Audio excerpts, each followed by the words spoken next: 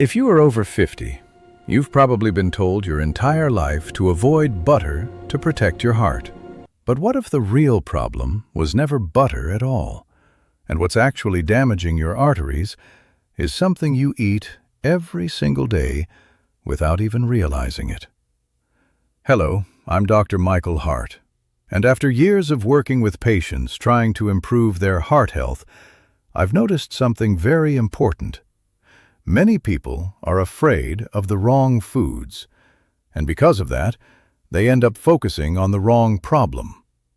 For decades, we were given a very simple message: eat saturated fat, raise cholesterol, clog arteries. But the human body is far more complex than that. It is not a simple pipe that gets blocked. It is a highly regulated system where your liver controls cholesterol levels, your cells use fats for energy, and your hormones depend on them to function properly. So when you eat foods like butter or eggs, they don't simply stick to your arteries. They are digested, processed, and used by your body in different ways.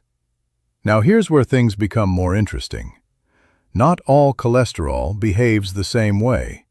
Some particles are larger and less harmful, while others are smaller, denser, and more closely linked to cardiovascular risk. And what increases these more dangerous particles is often not fat alone, but excess sugar, refined carbohydrates, and repeated spikes in insulin. Think about this for a moment.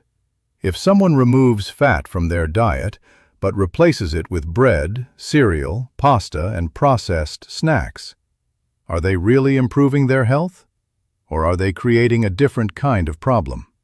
Because this is exactly what happens in many cases. People avoid butter, but increase sugar. They avoid eggs, but rely on processed foods. And over time, this creates a completely different environment inside the body. As a doctor, I can tell you this clearly. Heart disease is not caused by one single food. It is the result of chronic inflammation, metabolic imbalance, and long-term lifestyle patterns.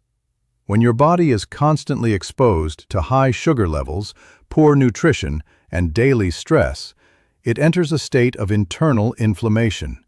And this inflammation is what damages the inner lining of your blood vessels, making plaque more unstable and more dangerous over time. So the real issue is not simply fat versus no fat. It is the overall environment inside your body.